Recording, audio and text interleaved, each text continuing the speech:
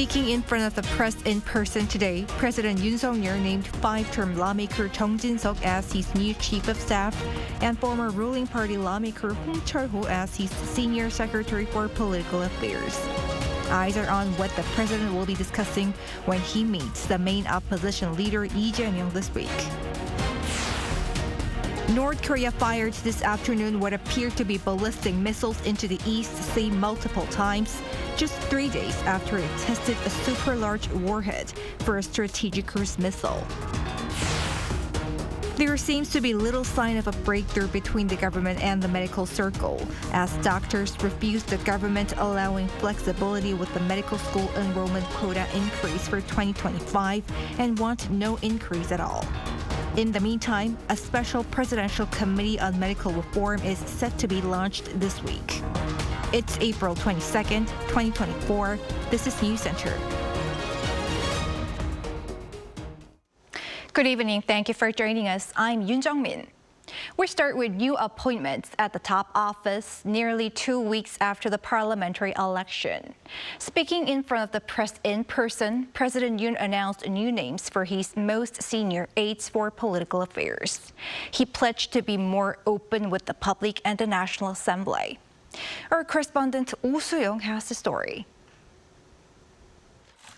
President Yoon has vowed to better handle communication with the public and the opposition, as he named a new chief of staff and senior political secretary following the recent general election defeat for his ruling party. Speaking to the press on Monday, Yoon announced five-time lawmaker Chung Jin-seok as his most high-ranking official on political affairs, citing his 15 years of experience in journalism, followed by various roles in politics, including National Assembly Deputy Speaker. Chung also served as former President Lee Myung-bak's senior secretary for political affairs. Unlike his predecessors with bureaucratic backgrounds, Chung Jin-seok's political experience is expected to help the administration reform its style of handling state affairs by improving public and political engagement. Yoon also named a new senior secretary for political affairs, Hong Chul-ho.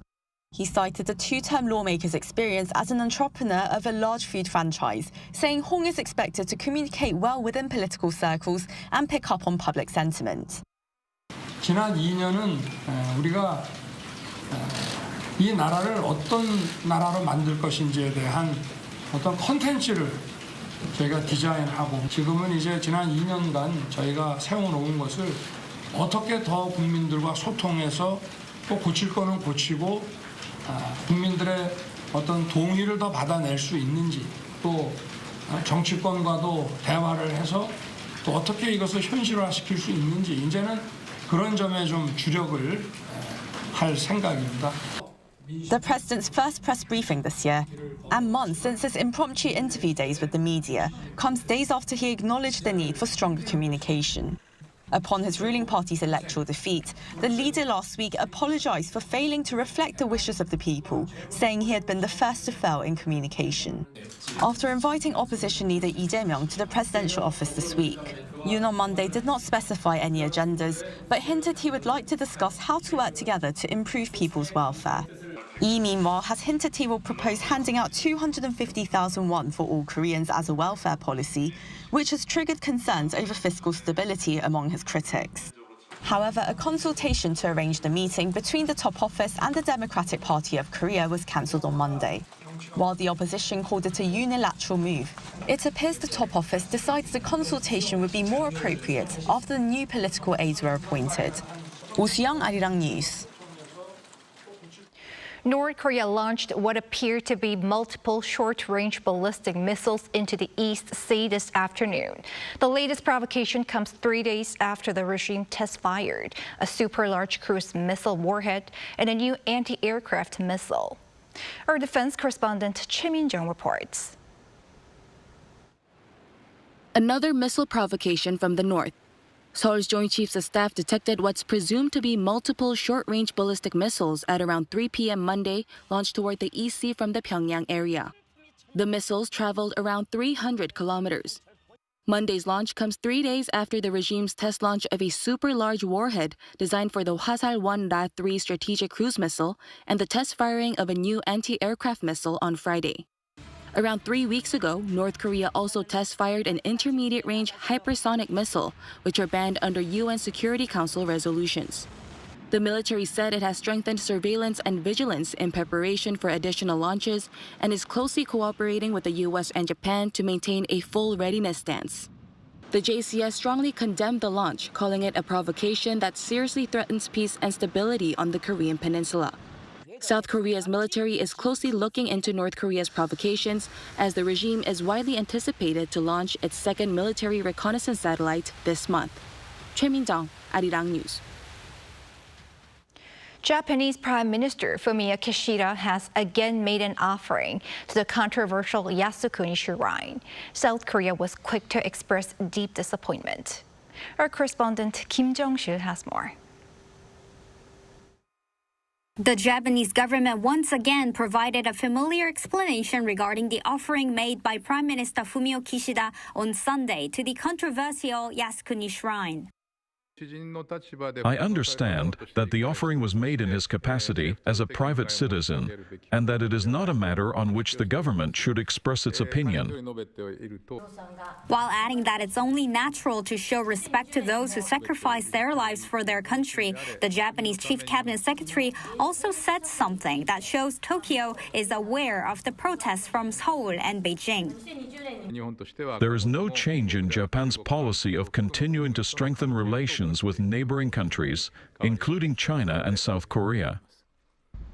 Regarding the offering, the South Korean government was quick to release a statement on Sunday.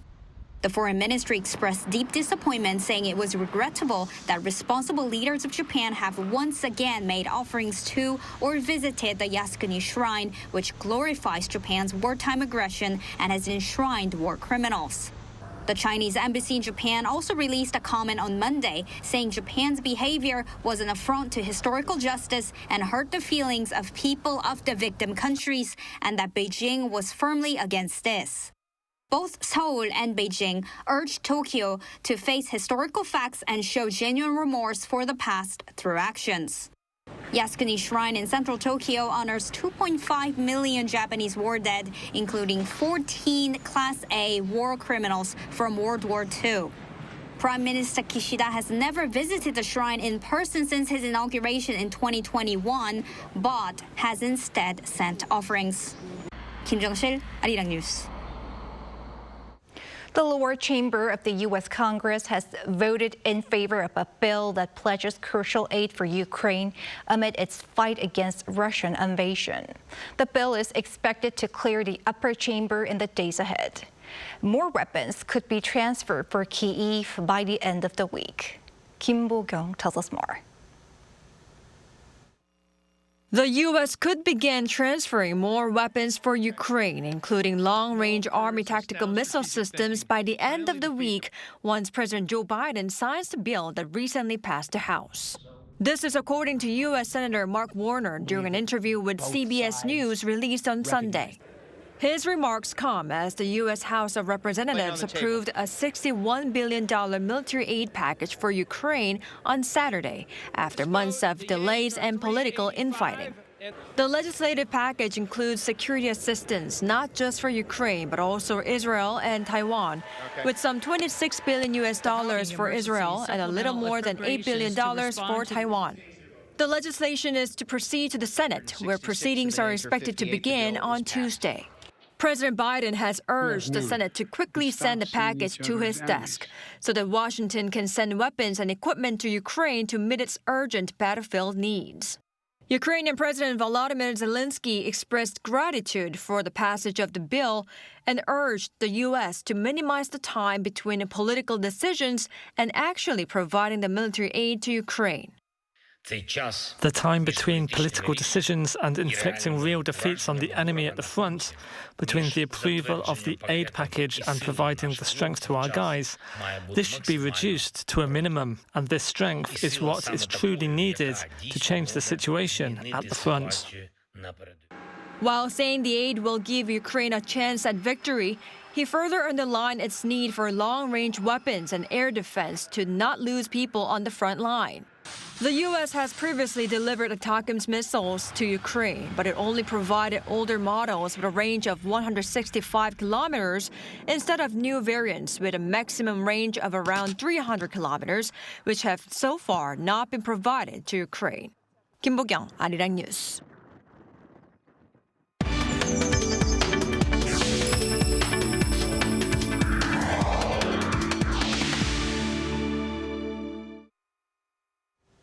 South Korea could soon officially become a multicultural nation by OECD standards, with 5% of its population comprising foreign nationals. And that could continue to rise fast amid the nation's aging population and low birth rate. So is enough being done to better accommodate them as the country continues to rely on them to maintain productivity? Or Kim Do-yeon sat down with an expert at the forefront of policy shaping for foreign residents of South Korea. The number of foreigners with the E9 non-professional working visa has grown fast, with around 165,000 issued in 2024, especially as the productive population declines. The country will continue to need more of these workers, but unless it acts now, this is not going to be an easy option. That's according to Professor Kim Seok-ho of Seoul National University, who leads a special subcommittee on co-living with foreign workers under the Presidential Committee for National Cohesion. Japan and Taiwan, just 5 to 10 years ago, had very strict policies on foreign workers. They had conservative policies towards them, but that all changed. With this comparison, there's not much time left for South Korea to gain an advantage over these countries in hosting foreign workers, as the country is now competing with others for a quality foreign workforce. This ongoing special committee is already the third one on foreign residents, with 4 specific goals in mind. A more customized workforce supply system and a means to attract and cultivate overseas talent, among others. To achieve this, different suggestions will be considered, including a comprehensive statistical analysis. We think creating a database with the Justice Ministry to check on who comes in and out of South Korea when it comes to the workforce would be useful. But in reality, South Korea doesn't have any comprehensive data on foreign workers. Even President Yoon Suk-yeol emphasized that the country lacks measures to take care of its foreign population, saying past governments had so far put off the responsibility for this as he attended a meeting of a special committee on this. This is deemed significant considering that it's Yoon's only visit to a special committee. 또 불합리한 인식이면 국민들의 그 생각이 좀 바뀔 수 있도록 변화를 또 이끌어내고 그렇게 해서 국제사회 어디에 내놓더라도 부끄럽지 않은 글로벌 중추국가로서의 그 역할과 그 위상에 부합하는 그러한 정책을 저희가 가지고 있어야 된다고 생각합니다. In fact, that's one of the most important duties of the subcommittee. National Cohesion Committee Chair Kim Han-gil said foreign workers need to be part of a, quote, new us as he inaugurated the special subcommittee. Please explore ways to not only view immigrant workers as mere tools of labor, but as new members of our community who can work and grow together as a new us. Professor Kim said it's impossible for the subcommittee to come up with answers to all the problems that foreigners face to make their lives in South Korea better, but the new us aspect should certainly be one of the top priorities. It's not just about forcing immigrants to adapt to living here. It's equally about us adapting to them. The subcommittee will run for another 2 months and then report its findings during its 100 days of operation to the president. The point of this special subcommittee, Professor Kim says, is to make sure that citizens are included in the process of coming up with good answers. Kim Do-yeon, Arirang News.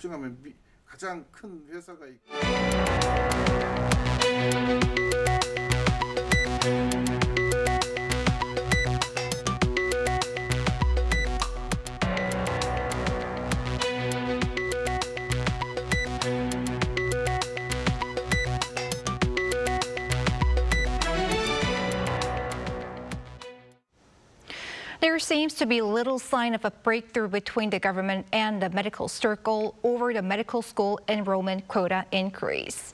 In the meantime, a special presidential committee on medical reform is set to be launched this week. Moon Hae-ryun has the latest. With a continued stalemate between the medical community and the government, the health ministry is focusing on emergency medical care. Second Vice Health Minister Park Min-soo, in a briefing on Monday, stated that private doctors with their own practices can now apply to support local hospitals without needing their applications to be approved by the local government, but just directly by the hospitals themselves. The health ministry also addressed growing concerns over medical staff shortages following the resignations of medical school professors. The notice period for resignations generally tends to be a month, meaning the mass resignations submitted by medical school professors in solidarity with the junior doctor walkouts would be due to hit this Thursday. The Vice Health Minister explained that owing to contractual details, there is no need for concern yet, and he urged professors to come forward for talks. There are currently no resignation forms submitted to universities that are due to take effect. Government is doing its best to talk to medical school professors. We ask that they come forth to give their opinions instead of taking collective action. On Sunday, the deans of 40 medical schools across the country submitted a joint statement demanding that the medical school admissions quota for 2025 be kept as is without any increases. The Korean Medical Association and a group of medical school professors all backed this statement, along with junior doctors taking the stance that no dialogue with the government can take place without the topic of a medical school quota freeze on the table. This comes just 2 days after Prime Minister Han Duck-soo announced that the government will allow each medical school to freely decide the number of students that can enroll for 2025, allowing schools to independently recruit between 50 and 100% of the previously suggested increased quota. As the need for conversation between the two sides grows, a special task force is due to launch on Thursday. The task force, made up of 6 government officials and 20 non-government officials such as experts and representatives from doctors' groups, will discuss pivotal issues in the government's plans for medical reform. But the Korean Medical Association has rejected this call for talks, saying that the purpose and organization of the task force is not concrete and that it feels its opinions will not be heard. Junior doctors, the key personnel who have been staging mass walkouts, have not yet confirmed whether they will be sending representatives to the task force meeting. Even if doctors refuse to participate in the task force meeting this week, the government plans to push ahead with the task force. Moon Hae-ryun, Arirang News. President Yoon has pledged to make groundbreaking changes in preliminary feasibility studies in R&D so that researchers can get a head start in their work. At a ceremony for Science and ICT Day on Monday, Yoon highlighted the global competition to secure technological sovereignty and lead future markets, pledging R&D support to make South Korea a first mover in advanced technology. Yoon promised to make the country one of the top 3 global powers in science and technology by 2030. He said he will achieve this by focusing on R&D investment in the 3 major game-changing sectors of AI semiconductors, advanced biotechnology, and quantum computing, alongside strategic cooperation with allies. South Korea's exports for the first 20 days of this month rose slightly on the back of robust semiconductor and U.S.-bound shipments. Data from the Korea Customs Service on Monday show that the value of exports rose around 11% compared to the previous year, hitting $35.8 billion. Should this trend continue for the rest of the month, it'll mark the 7th consecutive monthly rise in outbound shipments. Exports of chips, one of the nation's key export items, saw a double-digit rise from last year. And by destination, exports to the U.S. surpassed those to China, continuing a trend from the previous month.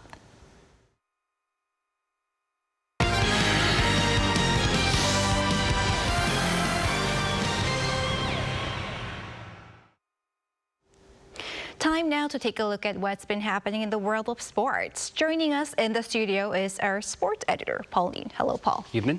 Evening. Let's first start with baseball. Jung-hoo has made a great start to life in Major League Baseball.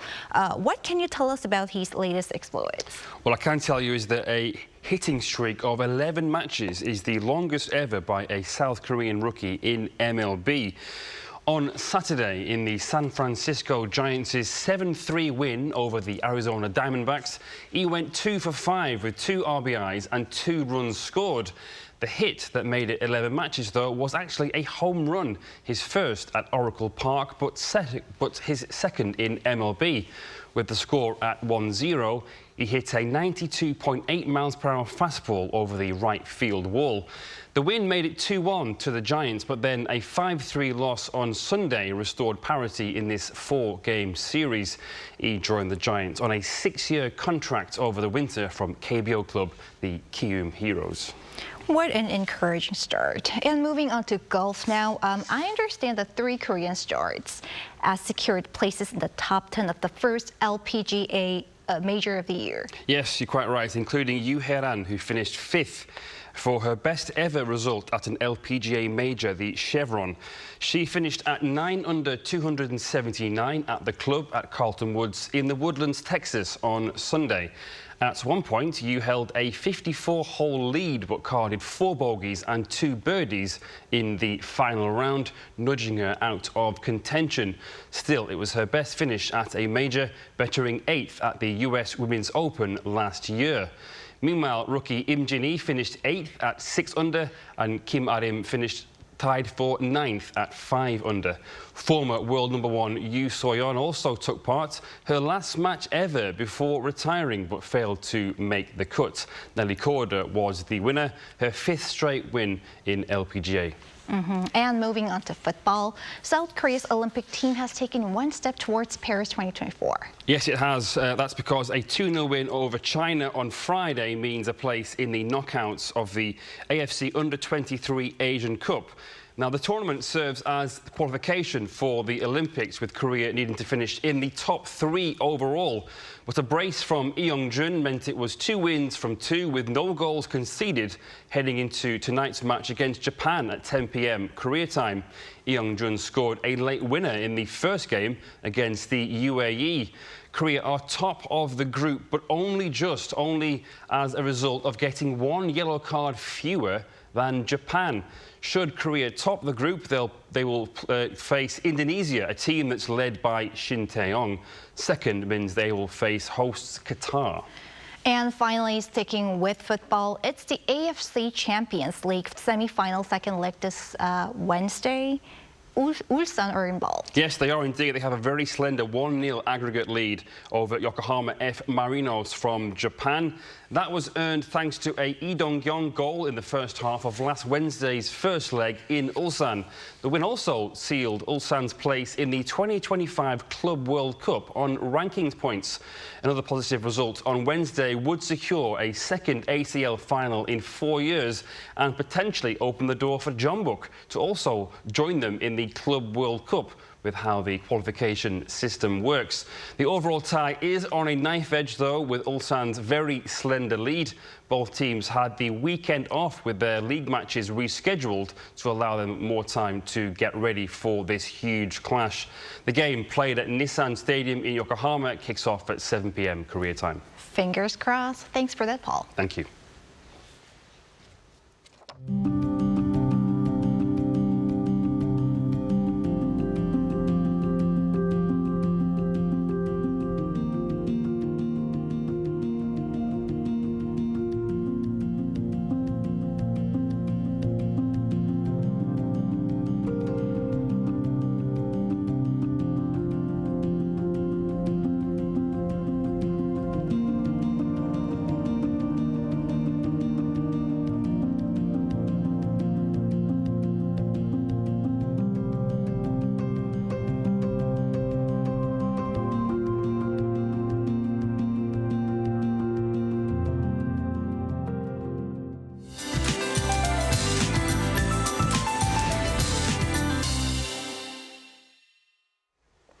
The skies are a bit cloudy across the country today.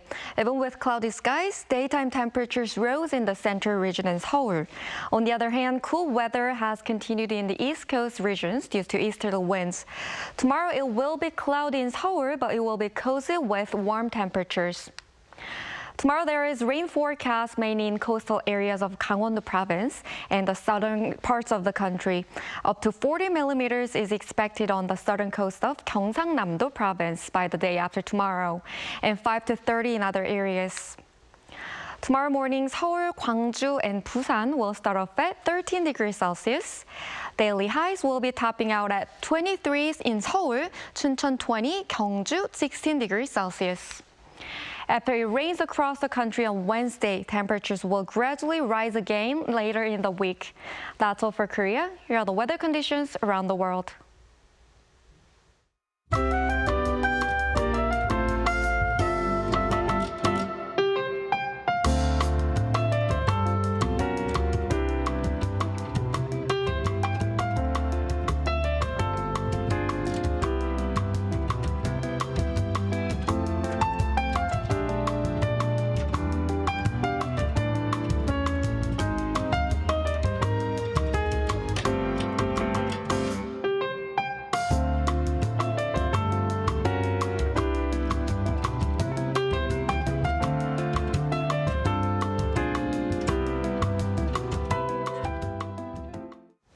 That is Newscenter for tonight. Thank you for watching. A panel session up next.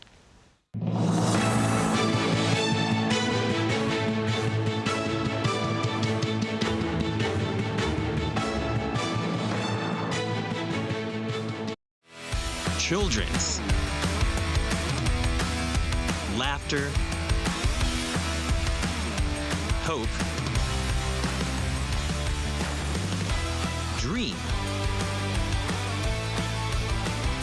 K-animation belongs in them. Interesting and valuable story that transcends between everyday life and dream. Surprising spectacle where imagination becomes real. An array of subjects catering from infants to adolescents. For our story to reach all corners of the world. K-animation makes healthy laughter for children.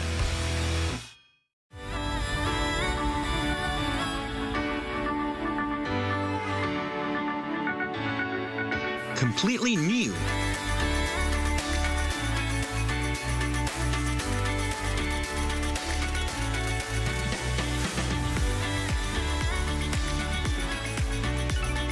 But something anyone can relate with.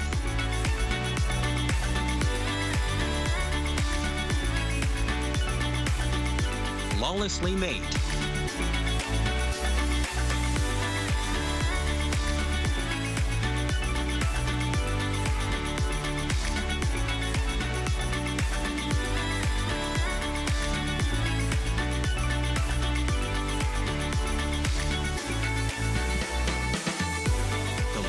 And tears that go with it. K-drama. Korea is coming at you with another story to tell.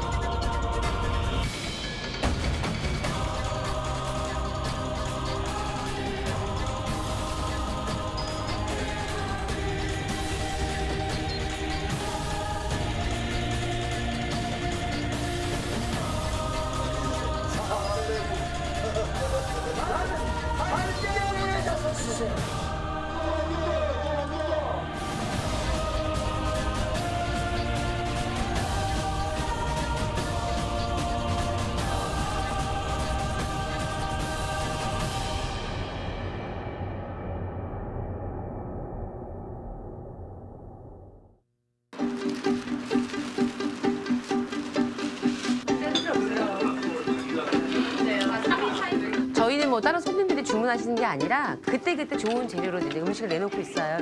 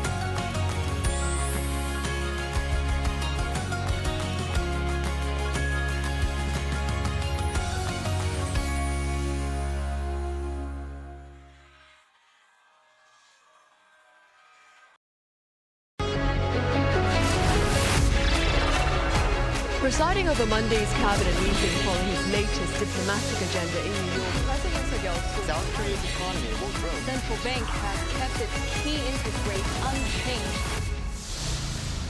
Mission complete for rocket booty selfish. Seoul is rallying in hopes of bringing the World Expo 2030.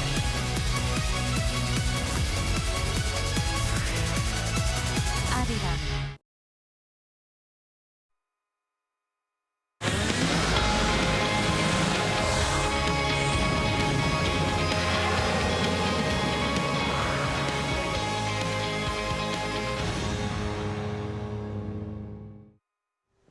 Thanks for tuning in. You're watching Arirang's Within the Frame. Coming to you live from Seoul, I'm Han Da-eun. The world braced for an impact as tensions mounted in the Middle East, but Israel's apparent retaliation and Iran's reaction both remained rather muted, hinting at de-escalation in the region, at least for now. Meanwhile, U.S.-China tensions are only intensifying as the Biden administration moves to triple China tariffs on steel and aluminum imports, with China's alleged involvement in America's fentanyl crisis quickly becoming another source of friction, further exacerbating the strain between the two nations. Heightened Middle East risks and U.S.-China tensions. That's the topic of our discussion today. And for some insights, we connect to Pan Gil-ju, research professor at the Ilmin International Relations Institute of Korea University. Thank you so much for joining us. Good evening. Pleased to join you. We also have VOA correspondent Jessica Stone joining us from Washington, D.C. It's always a pleasure to have you with us. Good to be with you. Professor Pan, I want to start with you. Iran played down the apparent Israeli airstrikes, saying they were more like children's toys. Israel is yet to claim responsibility, but Iran hasn't yet acknowledged Israeli involvement either. What's your analysis of the airstrikes and Iran's reaction? Can we say that the two countries have averted the worst case outcome? Well, they seem to have done. It is not usual that an attacker is reluctant to claim responsibility, and a defender tries to play down his attacks, particularly in a situation where both are state actors, not one state actor. Based on what has happened so far, both Iran and Israel seem to remain restrained in order to stay away from the worst case scenario, which is a full-scale war. Why do they do it? First, both countries were not seriously damaged by a series of military responses, attacks and counterattacks. I would say that a little damage is not accidental, but intentional. Each of the two countries did not want their attacks to cause serious damage to the other, so that they would be able to stay away from a full-scale war. Second, both countries do not openly talk about these attacks that have already been made, but one about the next possible attacks. The reason why Iran said Israeli attacks were like children's toys is that it wanted to say that it is willing to tolerate these attacks, which means Iran would not make another counterattack for this. Simply speaking, both countries do not want a full-scale war. If then, why did these two countries make attacks in a situation where they did not want a war? Their military response is designed to show the domestic audience that its military is strong enough to respond to the enemy, leading the audience to feel secure. In addition, each country wanted to show the international society and its enemy that it intended to make deterrence function by doing something against the other's military action. In this sense, both countries are most likely to remain restrained, at least for the time being. However, it does not mean that all risks are gone. The international society, as well as the two countries, should continue to pay tremendous attention to crisis management to prevent a wider regional war. So the threats still linger, but for now, various analyses are pouring in about this. Some reports say that Israel abandoned plans for a much more extensive counterstrike on Iran amid pressure from the U.S. and other allies, while some focus on how the strikes were intended to signal that Israel has the ability to strike inside Iran. But all in all, the Middle East averted an all-out war, at least for now, as the two countries exercised restraint. Now, taking a closer look at the airstrikes, Professor Pan, ton. The apparent Israeli attack targeted Isfahan in central Iran, home to a number of important military facilities, including nuclear facilities, a major airbase and factories associated with Iranian drone and other military production. How do you see this, and why is Israel not acknowledging its responsibility? Well, I would say that Israeli attacks were strategically calculated simply beyond the tactical effectiveness. Israeli attacks could be defined as assertive quantitatively in the sense that Israel targeted many objects, including nuclear sites and military facilities. But at the same time, these attacks could be taken as little assertive qualitatively in the sense that there were no reports of serious destruction of major targets in Iran. Meanwhile, the reason why Israel does not acknowledge its responsibility is similar to the reason why Iran tries to underplay Israeli attacks by saying those attacks were like children's toy. To be more precise, the reason why Israel is reluctant to emphasize its counterattacks against Iran is that it wanted to make this attack a gradual conflict at the moment, not a full-scale war. If Israel acknowledges its responsibility and announces its huge military success openly, Iran's harsh counterattacks will be inevitable. By not acknowledging its responsibility, Israel attempts to provide Iran with an exit strategy so that Iran will need no more military response. This type of ambiguous measure can be explained in two ways. First, as I mentioned earlier, this measure is related to the gradual tactics. The gradual mechanism is based on making the perpetrator's intentions look ambiguous so that the targeted state is not able to respond quickly. Likewise, the gradual dynamics made an attacker hard to recognize. By doing so, a quick and fast response is not going to be made. Second, this measure is made to maximize the advantages of the NCND, neither confirm nor deny mechanism.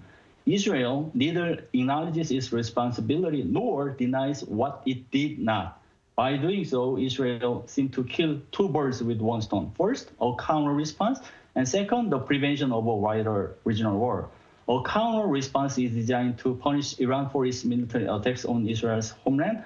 Furthermore, its effort to prevent a wider regional war is designed to pay more attention to Israel-Hamas war and show the international society that is trying to its best to remain restrained. All in all, Israel's reluctance to acknowledge its responsibility is highly calculated to achieve both operational response and strategic expected utilities.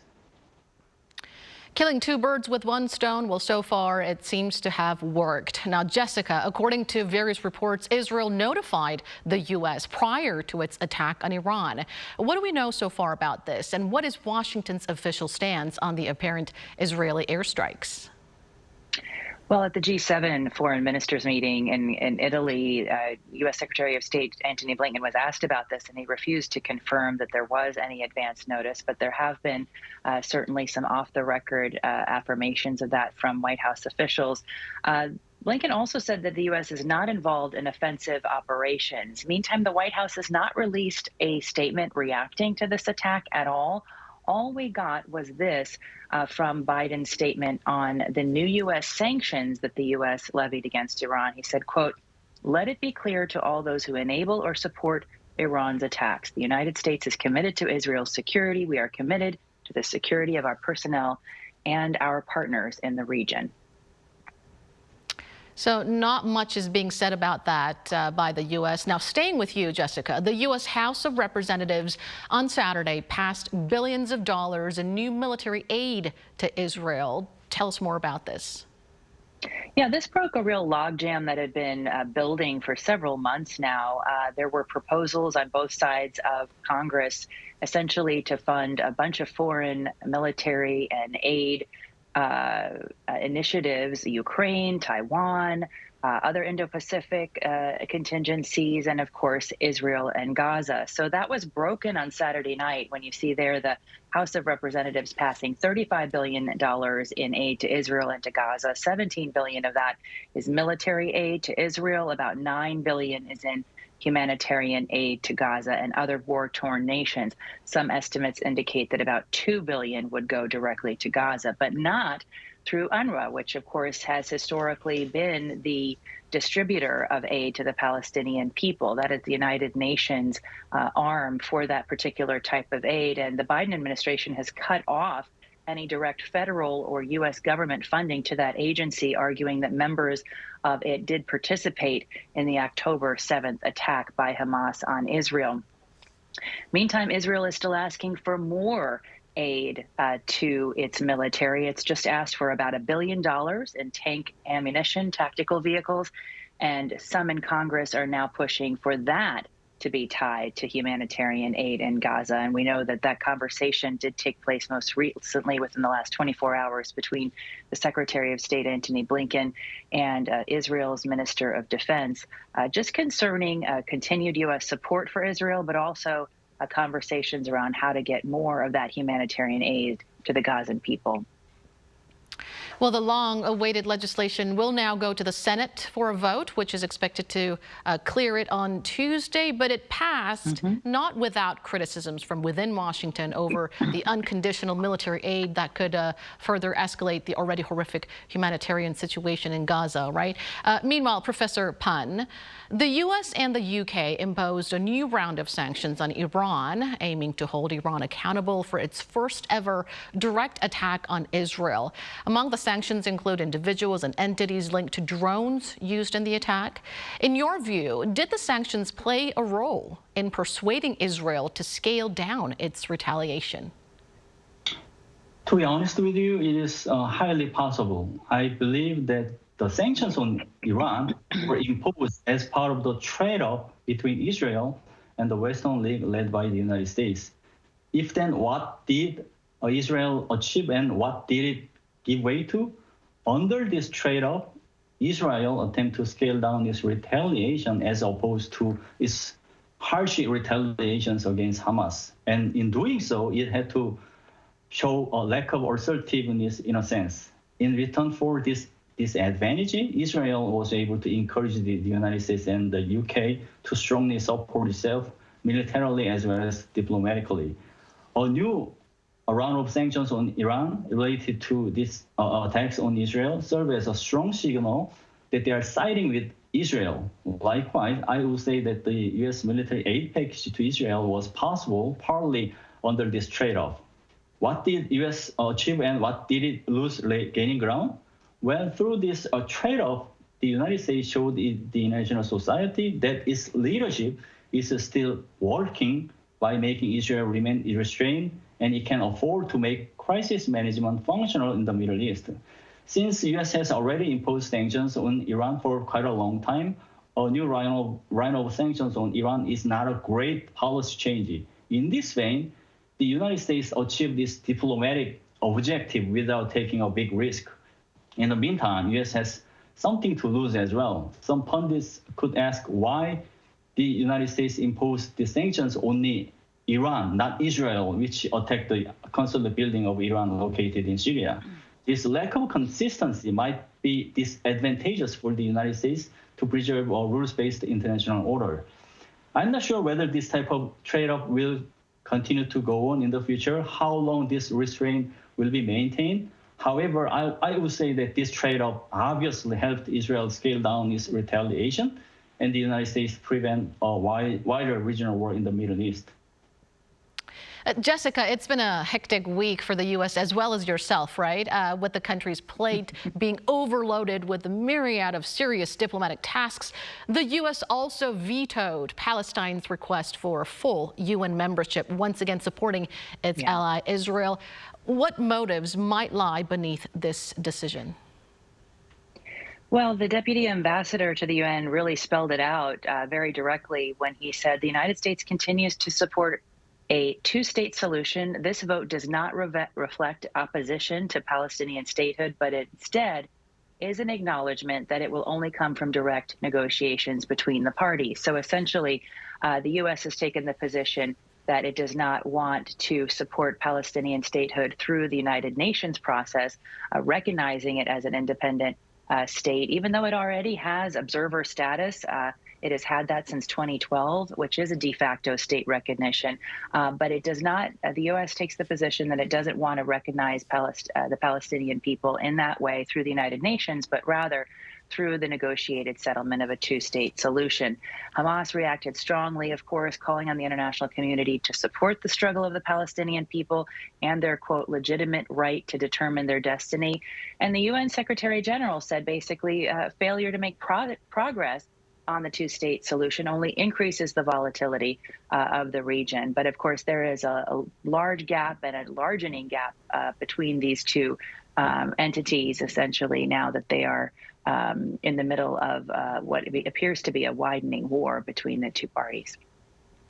Now, shifting gears to U.S. China tensions, U.S. Secretary of State Antony Blinken will visit China this week. Jessica, what's expected from his trip? Yeah, he's going to be there for 2 days, April 24th through 26th, and he's expected to meet with several senior officials in both Shanghai and Beijing. Key issues are really the gamut of issues that come up between these two countries when they do have face-to-face talks. Chinese firms supplying the Russian military, artificial intelligence, military-to-military communications, and a senior State Department official said on Friday that the U.S. government essentially has no large expectations of major outcomes or breakthroughs on any of these issues. But there is this continuing drumbeat of the issue of military support by China, or at least state-owned enterprises in China supporting the Russian military effort, because they are accused of selling dual-use technology to the Russians, particularly drones, cruise missile technology, and weapons ingredients. And this is under consideration by the G7 and the U.S. government for additional sanctions on those entities, in particular Chinese banks that are financing these already sanctioned Chinese people, and they've already sanctioned, I should say, Chinese people and Chinese companies for supporting Russia. Right now, Washington is trying to get the European Union to do the same thing, but Beijing calls all of this, quote, a smear on its reputation. President Biden said he will push to triple the current 7.5% China tariff rate on steel and aluminum imports. His call comes as the U.S. ups pressure on China to amend its trade practices. Now, Dr. Ban, Jessica just mentioned that no major breakthrough is expected, but would the two countries be able to at least mitigate the trade frictions to a certain degree during Blinken's visit? Well, to be honest, I don't think Blinken's visit can help mitigate the trade friction between the United States and China, because it's not simply diplomacy, but is related to international politics of the United States. Through the announcement by its homepage, the U.S. Department of State mentioned that the U.S. and China are expected to deal with a range of bilateral, regional, and global issues, including the crisis in the Middle East, Russia's war against Ukraine, cross-trade issues, and the South China Sea. The trade issue was not on the list. What does that mean? As you are well aware, there is a presidential election on 5 November 2024 in the United States. The rematch between Biden and Trump will be highly expected if this political setup continues to go on. How to deal with an unfair situation of trade with China is important to seize the initiative of this political competition in the United States. In particular, Trump mentioned that he would consider imposing tariffs of 60% or higher on Chinese goods. And this assertive policy is helping him gain more support from the domestic audience. So President Biden might be seen as a little assertive in dealing with the trade unfairness with China if he does not take any action, leading him to lose political ground in American politics. So President Biden is politically under pressure to increase the tariff rate on China. To put it another way, the reason why he ordered to increase it from 7.5% to 25% on Chinese steel and aluminum imports intended to offset Trump's assertive policy against China. In short, the underlying logic between this tariff increase is closely related to domestic politics. In this respect, again, this decision is not a matter of diplomacy, but a matter of winning the Oval Office. So Blinken's visit would make it hard to resolve this issue. Beijing is also fully aware of this underlying background that President Biden ordered to triple the China tariff. So although Beijing must be unpleased with this decision made by Washington, China is most likely to deal with this trade battle more strategically rather than one by one or directly grapple with the decision itself to triple the tariff on China's steel and aluminum imports. All right, we're a little pressed on time, so just very quickly before we let you go, Jessica, a recent U.S. House report has become another source of conflict between Washington and Beijing. It says that the Chinese government is complicit in the U.S. fentanyl epidemic, subsidizing the manufacturing of fentanyl materials. What have you learned so far about this, and why is this issue emerging as the hot potato? Well, fentanyl is the leading cause of death for Americans between the ages of 18 to 49, and there are two main areas in every American's daily life that are impacted by U.S.-China relations, that issue and trade. So the U.S. government is, actually this congressional report, I should say, points out that if the Chinese government was serious about addressing this, which has come up repeatedly in U.S.-China relations, they would stop the subsidies and rebates they are providing to their chemical companies for exporting the chemicals that make fentanyl. This is what the report shows as evidence that they are not serious about stopping it. And those subsidies only go to companies who export, not create them for domestic consumption, because, of course, fentanyl is illegal in China. A spokesperson at the Chinese embassy says they are sincere in their efforts. But again, this is a critical issue in U.S. politics, also a critical issue in the U.S.-China relationship. All right, we'll leave it there tonight, but we'll continue to closely watch Blinken's trip as well as further developments on the fentanyl feud as well, and also the tensions in the Middle East, of course. Thank you, Jessica and Professor Pan, for your perspectives. We appreciate your contribution to the discussion. Thanks for having me. And that brings us to the end of the show. Thank you for watching, and be sure to tune in same time tomorrow to join our conversation. Goodbye for now.